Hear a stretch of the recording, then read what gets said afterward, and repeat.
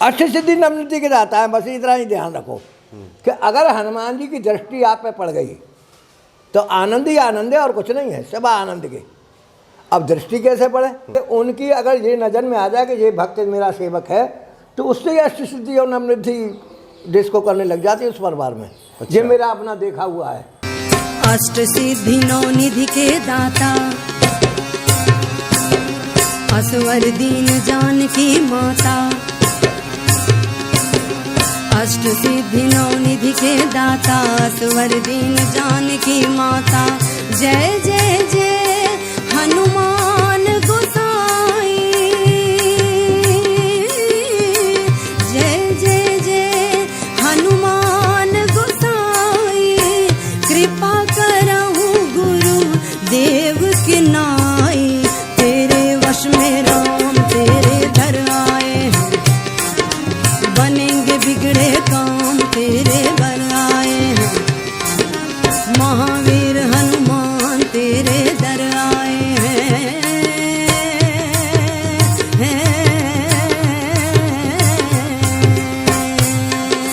महावीर हनुमान तेरे दर आए हैं। बनेंगे बिगड़े काम तेरे दर आए हैं। महावीर हनुमान तेरे दर आए हैं।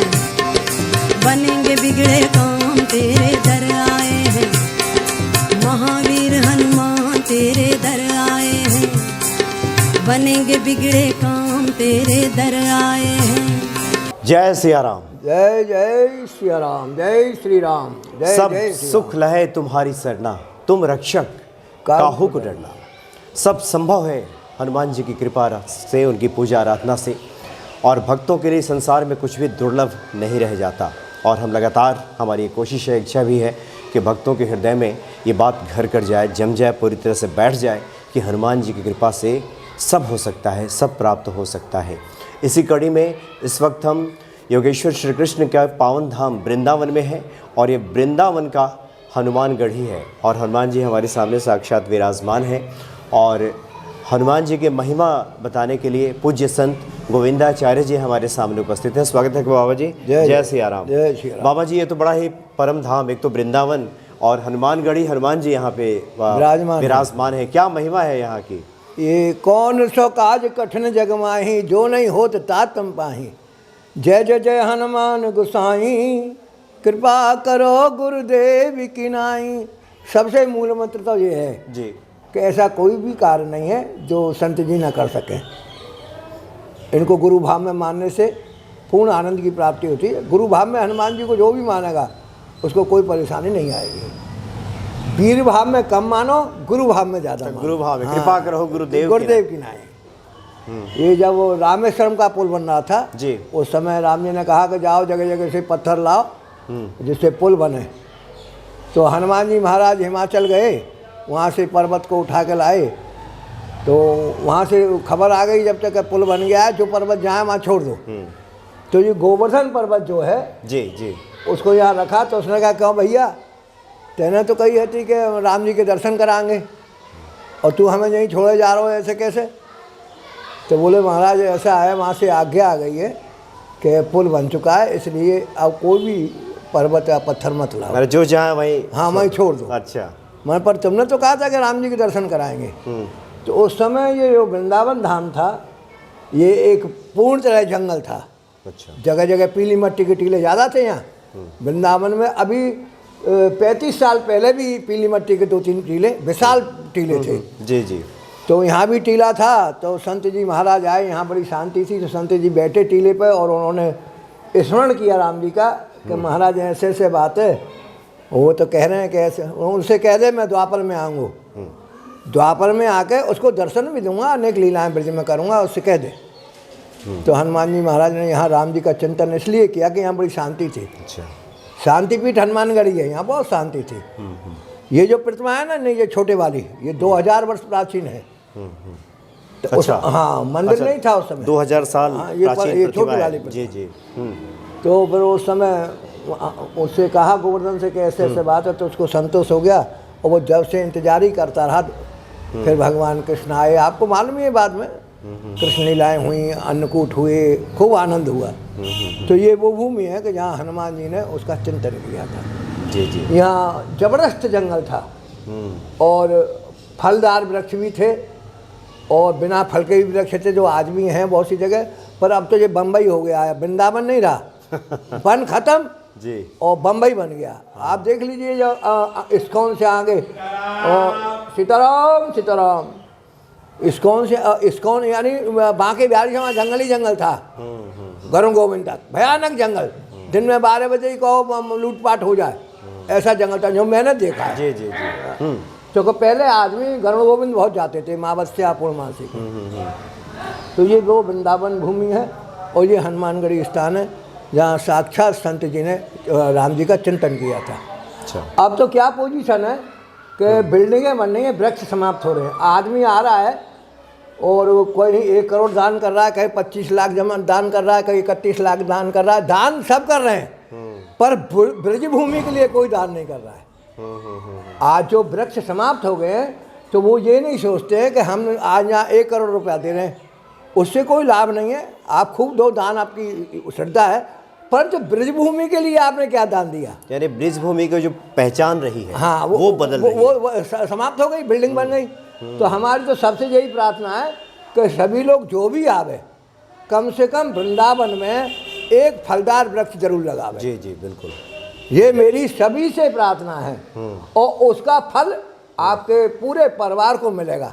फलदार पेड़ लगाने का फल, यानी जब तक उसमें फल आते रहेंगे, जब तक उसके खानदान का आनंद ही रहेगा। जी जी जी। तो हमारी तो सबसे यही प्रार्थना है, भैया जो भी वृंदावन आवे फलदार वृक्ष जरूर लगावे, चाहे 1 करोड़ दान करे चाहे न करे, पर एक वृक्ष जरूर लगा के जी जावे। जी। नहीं, ये आपकी बहुत ही सदिच्छा है ये। हाँ। और वैसे भी जो वृंदावन का स्वरूप है, हम लोग जो सुनते हैं वृंदावन, हाँ, कि जहाँ पहुँचेंगे तो इस तरह के आनंद आता है, मिलेंगे।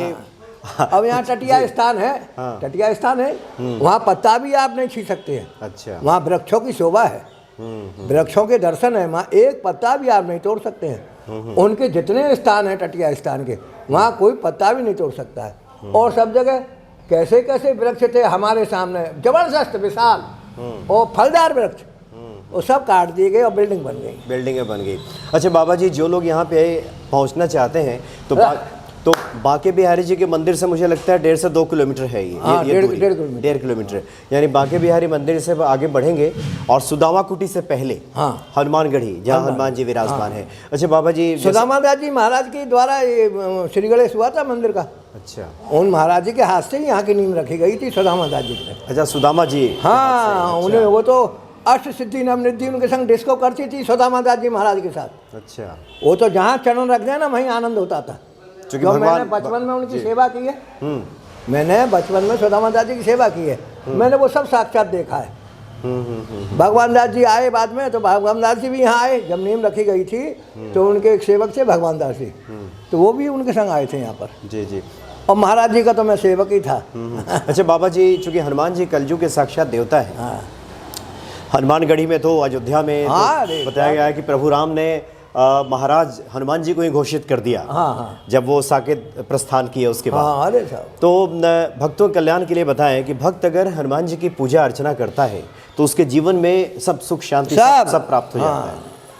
अष्ट सिद्धि नवनिधि के जाता है। बस इतना ही ध्यान रखो कि अगर हनुमान जी की दृष्टि आप पे पड़ गई तो आनंद ही आनंद है और कुछ नहीं है, सब आनंद के। अब दृष्टि कैसे पड़े? दृष्टि जब ही पड़े जब आप उनको रामायण श्री राम का नाम जितना हो सके अधिक से अधिक सुनाए, क्योंकि वो राम नाम के, आपको तो मालूम है राम जी के नाम के दीवाने हैं, उनके हृदय में राम जी विराजमान है साक्षात।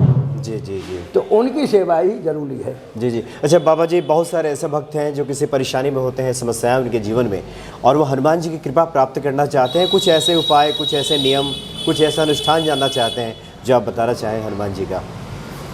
यानी सबसे बड़ा उपाय तो यही है कि हनुमान जी के सामने पहले, सबसे पहले तो यही बोले, कौन सो काज कठिन जगमाही जो नहीं हो तो ता तुम पाही। फिर बोले दोबारा, जय जय जय हनुमान गोसाई कृपा करो गुरुदेव पिनाई। तो ये 2 शब्द बोलने के बाद उनको रामायण का पाठ सुनावे।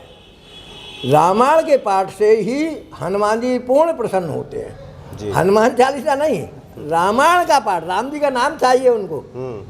आप क्या करते हैं, हनुमान चालीसा पढ़ रहे हैं, वो पढ़ रहे हैं, वो बाद में। हनुमान जी तो सब जानते ही हैं, पर आप उनको राम का नाम सुनाइए ना, रामायण सुनाइए ना। यानी भगवान राम का यशोगान यशोगान पहले हो जाए, उसके बाद हनुमान चालीसा पढ़िए। हाँ, फिर पढ़िए, कोई और बात फिर राम जी के यशोगान कर दीजिए। तो उससे ही पूर्ण सिद्धि प्राप्त होती है। अब मैंने एक ही बात कही ना कि उनकी अगर ये नज़र में आ जाए कि ये भक्त मेरा सेवक है, तो उससे ही अष्ट सिद्धि और नवनिधि जिसको करने लग जाती है उस परिवार में। ये मेरा अपना देखा हुआ है। अच्छा। हाँ, जो भक्त यहाँ जिस ढंग से आते हैं, और जरूरी नहीं है कि आप भजन और तपस्या में ही लग जाएं। वहाँ जाए, झाड़ा बहारी करें, हनुमान जी की सेवा करें। हनुमान जी यानी सेवक सबसे बड़ा प्रिय है, सेवक से बड़ा कोई वो नहीं है। तो सेवा ही सबसे बड़ा धर्म है। सेवा भाव से हाँ, सेवा भाव।